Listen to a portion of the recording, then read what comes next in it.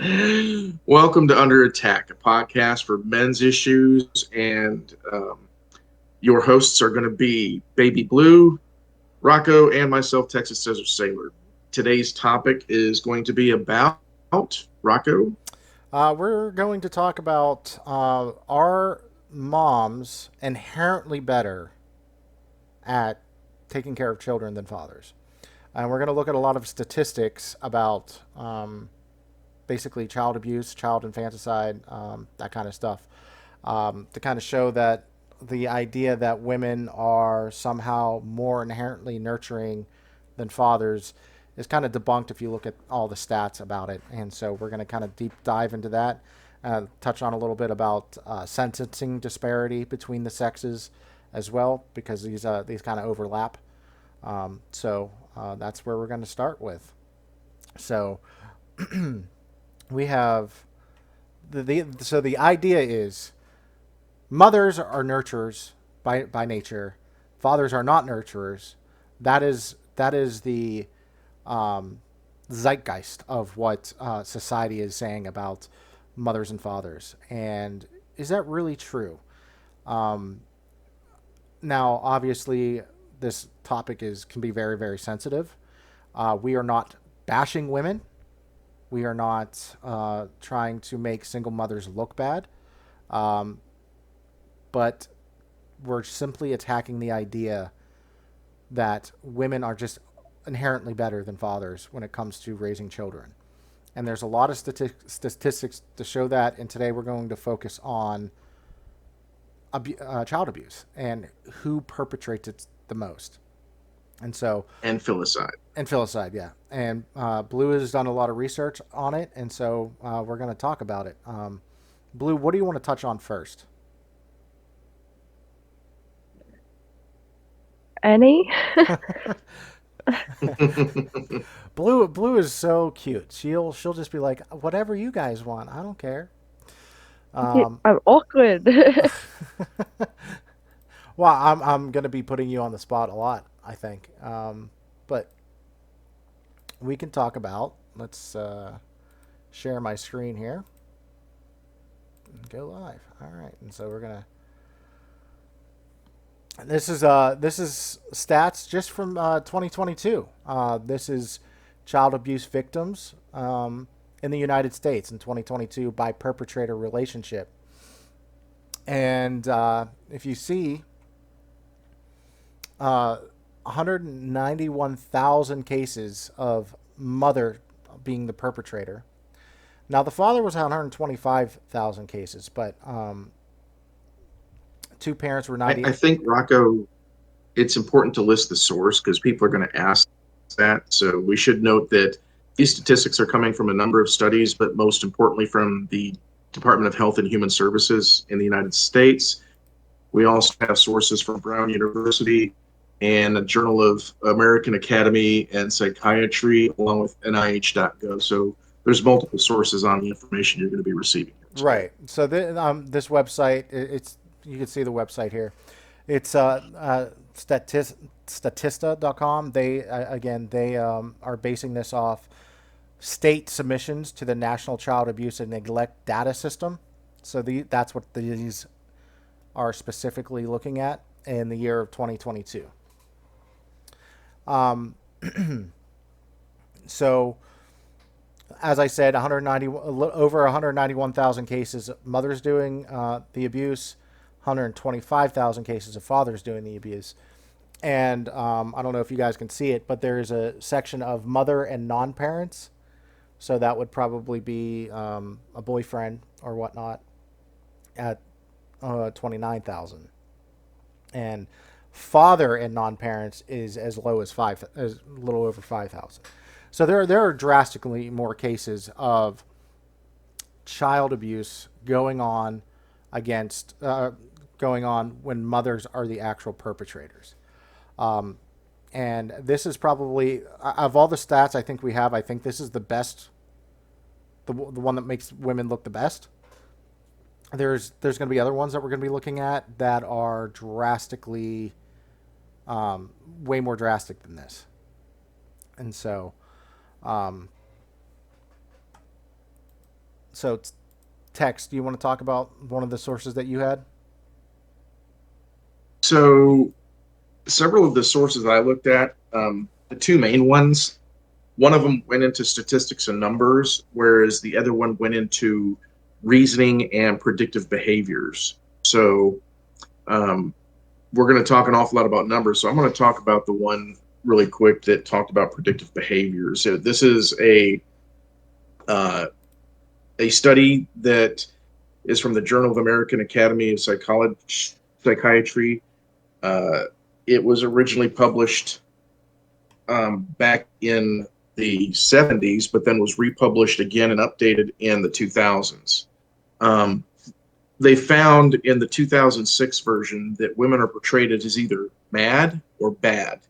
So if a woman is portrayed as mad, it unalives her child. Generally, she is seen as a traditional gender role. She's a good woman that had a break with reality. She got mental issues or illness that caused her to unalive her children. The other one, the other opposite, is the bad woman, the cold, callous, evil mother who neglects her children. They put them in one of those two categories. Um, but the strongest predictive behaviors that they were able to come up with, and this is seen throughout multiple different sources, multiple different studies I looked at. All of these predictive behaviors came out to be the same in all of the studies. A woman that commits filicide and ends her children, she's generally going to be around 19 years of age or younger. She's going to have an education of 12 years or less. She's typically going to be single mother status, and she will have had late or no prenatal care prior to having the children. Fathers also commit filicide. Their predictive factors are going to be they're more likely to be unemployed, they're more likely facing separation from their spouses, and they are more likely to be abusing drugs or alcohol. That is cited from Marlowe and West in 1999 and then updated again in 2009. Um, when it comes to the mothers, um, no crime is more likely to succeed with an insanity defense than a mother who has killed her children. That is from Perlin in 94. Even though mothers are more likely to succeed in the insanity defense, the majority of them are still going to be found guilty and go to prison. They did a study of 20 women with postpartum insanity defense, stating the insanity defense. One half were found not guilty by insanity. One quarter were given heavy sentences, and one quarter were giving light sentences, and that was in a Cox 1988 study. Um, and it's newer to the scene, but one of the things that's now becoming more prevalent is what they call spouse revenge filicide. This is where, and we saw this. I was talking to you earlier about it, Rocco. That case up in, I believe it was the Ohio or Michigan area, where the mother was fixing to go to court the next day, and she knew she was going to lose custody of the son to the father. So, and this was major news not more than a couple months ago here in the United States. The the mom got the kid on a video call with the dad, told him to say goodbye to his daddy, and then when she cut the call, she killed her son and then killed herself because she was going to lose custody to the father. That is what is being now called spouse revenge filicide. It's difficult to prevent because this is occurring in the moment, and you can't predict that or see that happening in the moment. It usually occurs during bitter custody disputes, and it has some warning signs that may occur, but it's very difficult to catch. This has been coined, I guess, by about 2005, is the citation I got with Hatters and Friedman. Spouse revenge filicide is something that is becoming more prevalent now. Yeah, and we'll look at the next stats here, and this is from the Department of Human Services, and this one is pretty extreme. Blue found this for us, luckily.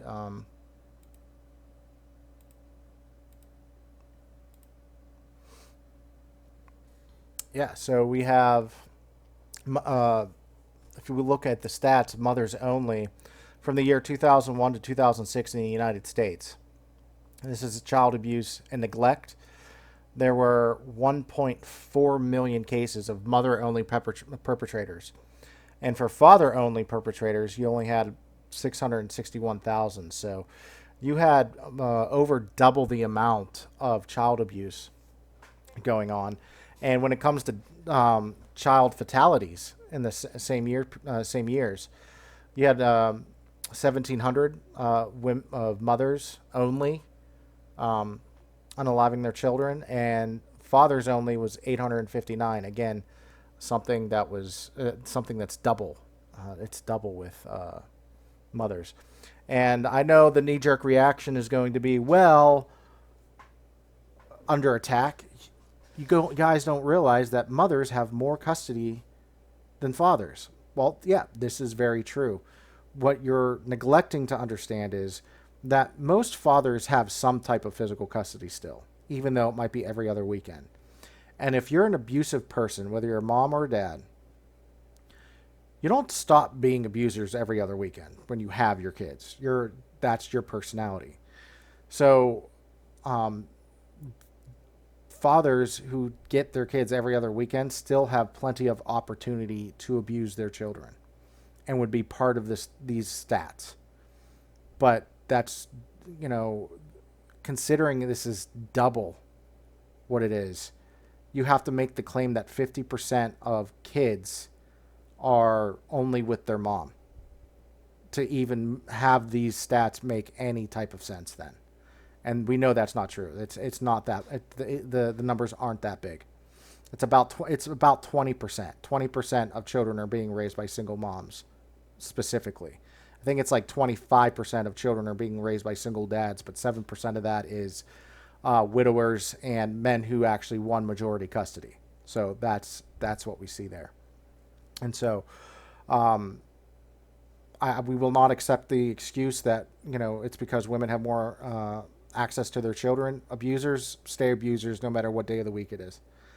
And so, again, we're not pointing out these stats to belittle single moms. That's not what we're doing here. We're trying to show that women aren't inherently better parents. Women aren't inherently good. Women can be just as evil as men. But as Tex was reading some of those stats, and we tend to excuse women's bad actions, especially very heinous ones against their children. And normally, you will always, if a woman commits the most heinous act against her children, usually it will somehow be blamed on a man. Oh, she was abused. Her father abused her. Her boyfriend abused her. Her husband abused her. Whatever. They'll find a way to kind of excuse it away and put some type of blame on a man. Blue, do you have anything to add? Well, no, it doesn't. One of the ones that I did find was, which I haven't screenshotted clearly, is it did also include, sorry, the ones that you were just showing that I've shared with you guys has father and mother statistics, mother another, father another. Whereas the other ones, I was able to come across, which I also cannot find anymore, was it also included the statistics of just the partner of the biological parent. But even that is significantly lower with partners of the father. Right. So there was another stat. I don't have this pulled up, but if you're a single mom and you invite a strange man into your house, your children have an 11% increased risk of abuse. And I don't think women screen men as good as men screen women when children are involved. And those stats again prove that, I think. So, Tex, what else you got? Well, I was curious, Blue, do you have the numbers, just the the number of mothers total for whatever period that was taken versus fathers total on the filicide, the fatalities?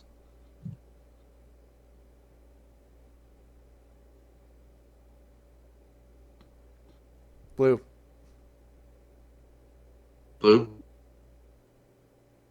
I think she's got something going on for a Oh, second. no, that's fine. While yeah, she can come back to that. The other study that I looked at, for this one was conducted by Brown University.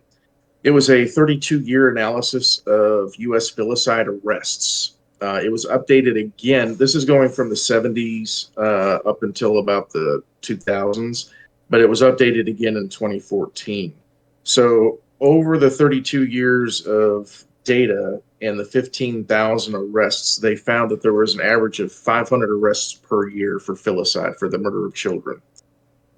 They looked at 632,000 arrests between 1976 and 2007, finding that 15,691, or about 2.5% of all homicide arrests, were for filicide, for the uh, unaliving of children. 72% of those children were 6 age or younger. 1/3 of those children were infants, 1 or younger. Only about 10% were between 7 and 18. And the percentages of all of the infant filicides were generally, especially within the first day or the first week, were women killing their children. This study comes from a U.S. They drew these statistics from the U.S. FBI database for supplementary homicide reports, the SHR database. So this is literally, they looked at a 32-year period of children that were unalived, pulling the data and statistics, finding the percentages, and it's those are just raw facts. All right, what did I miss? Sorry. I was asking Blue if on your data there, if you could give us like the total number of filicides from mothers total, and then the one from fathers total, to see how they compare. Is that like fatalities? Yes, fatalities. Just not the Okay. abuse, just the fatalities. So from mothers only, it is 1,704 between 2001 2006. For fathers only, it was 859. Yeah, that So was the one from double. the U.S. Department of Health and Human Services. Yeah, it was double. So, and the other thing is when women do these heinous acts, they're largely forgiven in a lot of cases, or excused away because of postpartum depression or something like this. So I guess, if you're depressed, it's a good excuse to kill your children, um, which is outstanding to me. Men don't get that type of Well, treatment ever. Well, I do think yeah. it needs to be like taken into account that when you've got like postpartum psychosis, these things are general changes in the brain. Like these are scientifically proven. So like the psychosis and stuff like that, not that I agree with it, but it is a legitimate change in the brain. They're going into a psychosis. They actually are delusional and hallucinating. Yeah. So it is like that for me is slightly more understandable. Not that I find it acceptable at all, but this is, whether we like to admit it or not, still a real thing that does happen, but not to this degree, if that makes sense. Not to account for this many women killing their children.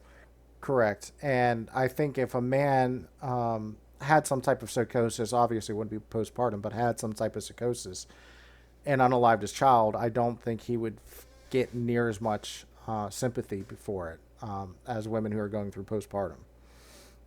So, No, I definitely My agree with that. concern my concern more is the rise in what do they call it again? the rise in spouse revenge filicide. That's more my concern because this isn't a case of postpartum. This is a case of if I can't have the child, you can't have the child situation. And we're seeing an uptick and a rise in that Yeah, and in recent years. And there's no way to predict that. That they say it's very difficult to predict. yeah, and kind of on the other flip side is that I've been seeing in the news a lot more. I know this has nothing to do with child abuse or child unaliving, but men going to custody exchanges and getting unalived by a male family member of the mother or the new boyfriend of the mother, unaliving the biological father of the children. We've seen there's been Well, national news wasn't for there that a too. spike? I feel like there was a spike in that a couple years back because I remember on TikTok there was at least 6 videos that I had come across that were exactly that. Yeah, I think Like that, I can't remember who the one John that went viral was. John Mast. Was that the one with the boyfriend? Like he went to go pick, and it was at the No, boyfriend's house, no, he or was was that the one where he. the father shot It him? was the father. It was the father of the mother. It was the Yeah, father-in-law who. Chad Reed. yeah. And then there was Chad Reed, which was another. That one made national news, not because of the I custody think exchange thing, but because I of a think he gun issue. was the one with the at the yeah, exactly. Yeah, he was the one at the boyfriend's house had gone to pick up the son, Right. and the Mm-hmm. mother wasn't letting him. And yeah, old mate came out with the gun. Yeah. The John Mast one was the first one that year, and like there were 6 that made news that made the news. Who knows how many there were that didn't make the news or anything like that that we didn't hear about. But yeah, and sometimes women aren't violent themselves, but they will commit violence by proxy by using the Well, men in their lives to do it. the one where it was the grandfather that shot him in the car park on Exchange, that was due to a false allegation. Yeah, I can't remember if she accused him of being violent to her or if it was touching the children. touching the children. That was, Yeah. and he for 6 years he was fighting the courts to see his kids, and he finally got an overnight stay, and it was supposed to be his first overnight with his kids when it happened, because psychologists interviewed him, the children, police investigated, nothing. Did the grandfather get jail time for that? Because that would have had to have been premeditated. Uh, Because the uh, mother and the children weren't there. They weren't in that car park. that's the other thing that really pisses me off because they all lived together, so Yeah, exactly. she knew what was happening. Like it's like it's really impossible for you to tell me that you were not planning to go and drop your kids off because you knew what was going to happen. And but yeah, he definitely did get arrested. And I think he did get sentenced to life for it because it was so premeditated. I also don't think that these women realize that, for the kid for the situation of the guy that got shot by the partner, they were able to prove that the son was there. He was in the window. I'm pretty sure it was the son that he had. He was in the window watching it. So he watched his father get shot in the front Someone yard of Chad Reed. this Yeah. man's house. And Mm-hmm. whether or not those children where the grandfather killed him were there or not, at the end of the day, these women don't realize that just because like their dad's gone, they don't realize that that will forever have psychological effects, especially depending how young they are. It's going to affect their development, and they're going to be left with hurt and pain. So, out of the selfishness of these women not wanting these men to have their kids, to me, just screams you're a bad mother in general because you're not thinking of your children first. You're thinking of your own wants and selfish desires. And in turn, you've now completely, permanently removed a loving father from these children's lives that, as we all know already, children develop better with their fathers in their life. Permanently, they are now gone. Whether or not they get to witness this act happen or not, it is still going to affect them for the rest of their fucking lives. And they don't seem to care about that as long as they're getting what they want out of the situation. Right. And that's they hate their partner more than they love their kids. And men can do that too, sure, but it's when the court systems tend to favor moms, kind of equips them to be able to do these types of things, and that's a true unfortunate thing. And we can almost make a whole nother episode just about this subject of men getting unalived, going to their own custody exchange. There was, like I said, there was a huge uptick of it, and women commit violence, and women also commit violence by proxy, and then there's stats that women hire, that they're more likely to hire someone to do their dirty work than men are. Men will just do their dirty work on themselves most of the time, but women will hire other men to do this, or get their boyfriends or male relatives to do their dirty work for them by manipulation or whatnot. And so, and that's the thing. It's like the older I get, the more I realize like women aren't inherently better than men in any way, shape, or form.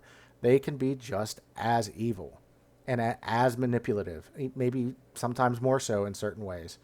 Because I women, would almost argue that I personally believe that women are a lot more creative with what they do, which to me is a lot worse. Because, like, as much as we are all very well aware men can be quick to anger or quick to violence, some of them, they're more brutal with what they do. But, like you said, it's more they will do it, they won't get somebody else to do it. And, like, a lot of the time, you can kind of say that maybe the guy just had a mental snap in that moment and has beat the shit out of her and she's died or something like that. You know what I mean? Whereas women tend to, I believe, premeditate it because they take the time to sit down, plan out what they're going to do and how the best way to do it and get away with it, and then they go on to then execute that plan. So that I do personally believe that in a lot of these situations there is a lot more premeditation than just a man going to try and get his kid and losing his temper, if that makes sense. right? And I think I think the Chad Reed thing was perfectly abusing the Texas gun laws and stand your ground laws Hmm. in that state. I know Tex, you're obviously from that state. Yeah. Uh, So, yes, that was more than just abusing the laws. The fact is, that was an entire setup. The boyfriend that killed Chad Reed, his mother was the judge for that county that heard the case. wasn't his mother, was his ex-wife. No, I'm pretty sure it was family. I don't know if it was It was his his ex-wife. ex-wife. Okay. It was his ex-wife, Yeah, yeah. there was a wife. He wasn't actually There was a, there divorced. was a there was there was a conflict of interest. There was a lot of shady Clearly, shit going on. right? Yeah, The the In fact, the investigating officers were pulled off it, um, and what they should have done, they should have had the Texas Attorney General's investigate it because of the conflict of interest, but they didn't. It was just one thing after another. In that case, Chad was set up to die that day. no, he definitely was, and um, there is a role for like you cannot use a gun in quote self defense if you're in the act of committing a felony. Now, I could argue that they were committing a felony by not exchanging the child, because that, especially for the boyfriend has no custody rights over that kid. Well, I know that our like being in Australia and stuff, our gun laws are different, but well, as soon as I seen that video, I argued premeditation because he had to physically walk inside on that walk, still continue to think that it was appropriate to pull out this gun, still sit there and think to himself, I am going to shoot this man, still had to go get his gun out of wherever it was supposed to be kept, walk all the way through that house again, knowing that there is a child in there watching all of this happen, and still walk outside and not even shoot him straight away. Like, Yeah, all of that still accounts for you had to think of your actions before you did it. I think one of the most damning parts of it was that the gun was right by the door. It wasn't away; it was by the door. And most gun owners who use gun, like in America, most gun owners don't have a loaded gun right next to the door. That's like the last place you would have one. You have it, especially if you have kids in the house. You usually hide that or don't have it out in the open. Usually if you're going to grab it, you're going to be in the bedroom, and so it's in your bedroom usually as for self protection. because that's where you're probably going to be where someone's trying to break in at night. So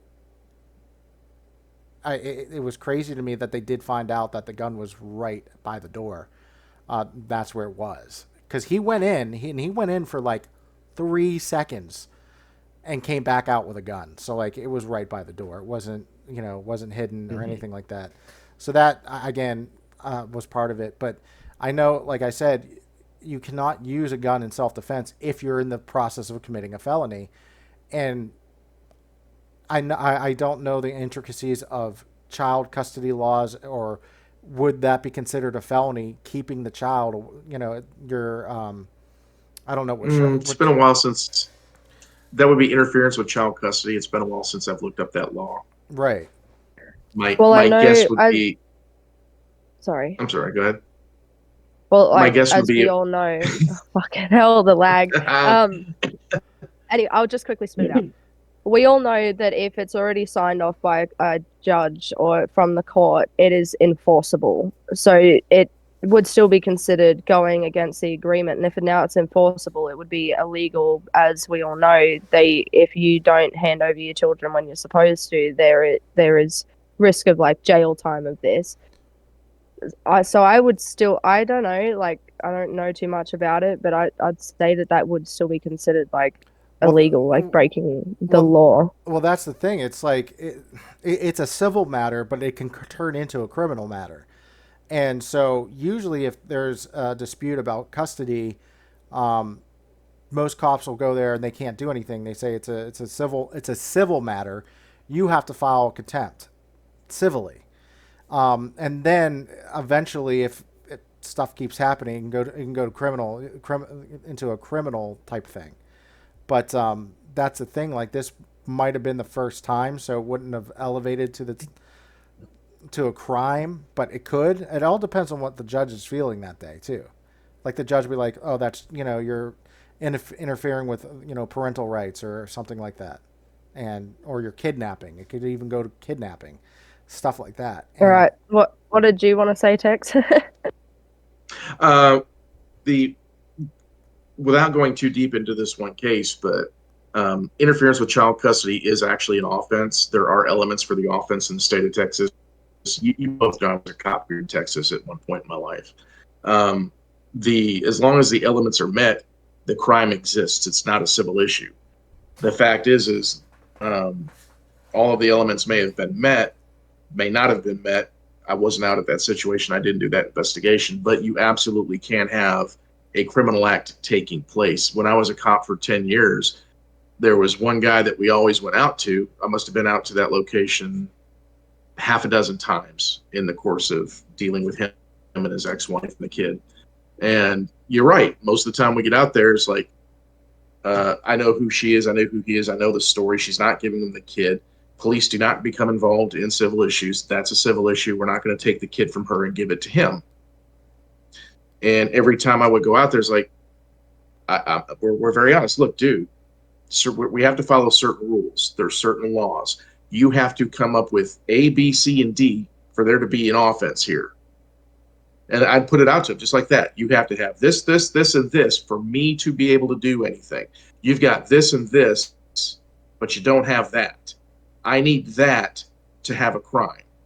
And I'm not lying. I'm not practicing law. I'm simply explaining that this crime has elements that have to be met. You've got two of the three, but I don't have the third one, so I can do nothing for you. This is now a civil issue. He finally got it through his head. He understood, oh, if I want to get my kid and I want her to be prosecuted, I need to make sure I have all of the information for these officers. So the last time I went out there, she's like, you've been out here freaking 20 times. You can't take this kid. And he says, officer, this is my exchange. I'm supposed to have my child. She's not giving me my child. You can see the child right there. And it's like, sir, I mean, he's like, and he handed me a piece of paper. It was a copy of the custody decree from the court. I read it. Oh, now I've got something. PIC, Police Information Center. Can you please validate case number? Yep, that is an active blah, blah, blah, blah. Okay. I turned to the wife, the ex-wife's like, ma'am, You can either go to jail on a felony right now, or you can follow this court order. Which one are you going to do? She looked at me like deer in the headlights. Look, so yes, you can't. The whole point of that story is you can have a criminal offense, Right. but you have to have all of your ducks in a row. You have to have the elements, and they have to be presented at that time. Right, And and states could be even different than that. You might need more or less, or or they might just say yeah, it's always a civil issue. It doesn't matter. You might well, need. cops don't like getting involved in that, but You're yeah. right. Yeah. So, well, I mean, we kind of went on a little bit of a tangent there with which is fine. Talking about these things. The other thing we wanted to talk about, which kind of relates to this, is when women actually do commit crimes, they don't even get punished like men do for the same exact crimes. So we're going to look at a University Michigan study. We're just going to look at the abstract because the abstract basically has exactly what we really need to look at here. And so, there we go. Abstract. This paper assesses gender disparities in federal criminal cases. It finds a large gender gap favoring women throughout the sentence length distribution, averaging over 60%, meaning that women get 60% less jail time than men for the same crimes. Conditional on arrest offense, criminal history, and other pre-charge observables, female arrestees are also significantly likelier to avoid charges and convictions entirely, and twice as likely to avoid incarceration even if convicted. And this is from this is a study that was published from the Michigan Law University of Michigan Michigan Law School. And so so even when women do commit crimes, they might not even be arrested for it, even if they committed the crime. They might not even be charged with the correct charge. It might be a lower charge. And even if they do get convicted, they're twice as likely not to even face any jail time. And even if they do, it's 60% less than what men face. And so this is something that kind of shows, even though 93% of people in jail incarcerated are men, there'd be a lot more women in jail if they actually got the same sentences that men got for those same exact crimes, and if they actually got arrested for those crimes. So I feel that's an interesting fact, and we've been touching on it all day, especially with the child abuse and all that stuff. Women kind of just get excused for doing it. So, Tex, what are your feelings on that? I think that it's politicized. I think that the public doesn't like thinking about females in jail. I think that prosecutors and judges don't win re-election on putting females in jail, and there is a bias against it. Also, the fact of the matter is, they say, well, we don't have enough facilities. Is one of the arguments I always hear. There's not enough jails for females. Yeah, build more. We have the same problem with men. We still build more jails. So what's the issue there? The fact is they don't want to. They want to save the money. They don't want to put the females in jail. They don't see it as a net benefit because generally they think, well, women don't do violent crime. So why are we going to keep them away from society? When in reality, they're 2.5% of all homicides are infanicides where their children are being murdered, and they're being murdered at a 76% rate by the mother. That sounds kind of violent to me. Yeah. Blue? Just saying. I just think it's favoritism. I think it all comes down to the fact that they want to stay in this delusion that women are more nurturing, more emotionally, what is it? What's the word? Can't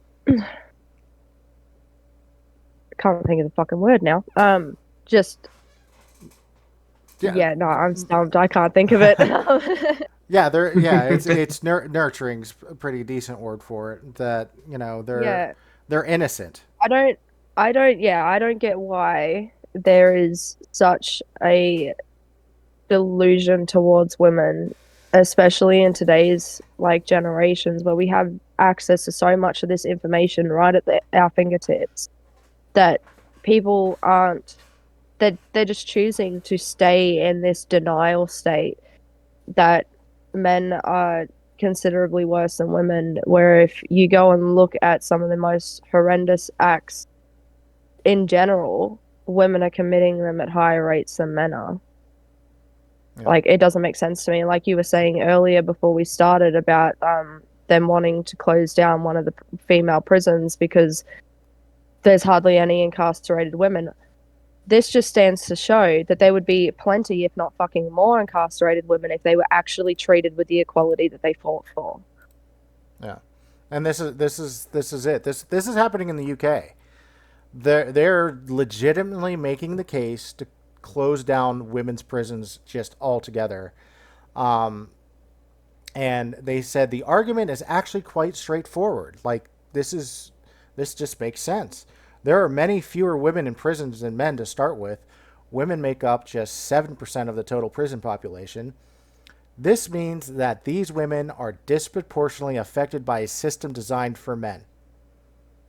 That's their How argument. is it how is it designed for men though if men are copying the worst of it? That's what I don't understand is how women and society in general right now Right. can say that we're still under the man and everything benefits men when in all actuality, in reality, you can clearly see that 90% of society and the legal system are in favor of women and completely opposed to men.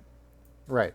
And this, So I'm trying to wrap my head around that. So well, 7% of the prisoners are women, mm-hmm. but they're disproportionately affected, which means you're telling me that they're disproportionately affected, which means they're not affected enough, which means more women need to go to prison.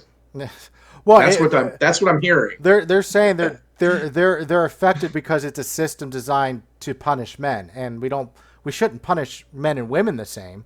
We don't want that equality. That's not the equality we want, right?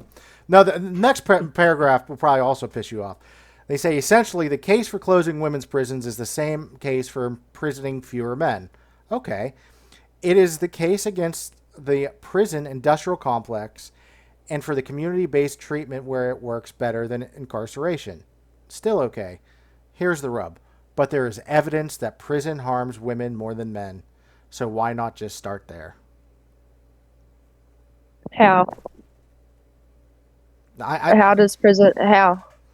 well, though, I think they say that there's a lot more abuse and actual abuse in female prisons. However, according to the Justice Bureau, if you look at, there's always the stigma, like if you're a man going to prison, you're going to be assaulted by your cellmate or some another prisoner. Found out that only Yeah, Bubba's happens, going to get a taste of that. right. That only happens 50% of the time. The other 50%, it's the people that work there that abuse Well, men. So it's 50-50, but for women's prisons, it's the other it's like 90% the other inmates. I That used to watch like a lot of true crime stuff growing up, and a lot of a lot of the like security guards and shit like that worked at the prisons, most of them 9 times out of 10 said that they feared more walking in to a female prison than they did into a male prison. That you had no idea what was going to happen, and that they felt that the female prisoners were a lot more violent than what the men were. So like that's something else to take into consideration. At the end of the day, nonetheless, they've committed the fucking crime.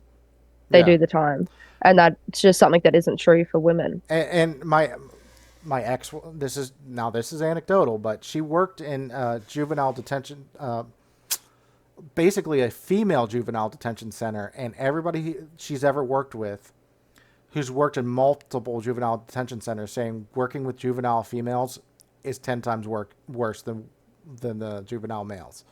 And so I definitely see that. It's even true in the juvenile detention centers, where she was a, she did counseling there, for these juvenile detention centers, and they were way worse, according to everybody she ever worked with. And so those were the worst populations to work with. And so all this quote unquote abuse that is going on in female prisons, it's the other prisoners doing it, not the guards. Uh, and it's 10%. The other 10% are just people that work there. So it could be other females that work there, or it could be male, the other males that work there. So it might not even just be all guards that are just the 10%.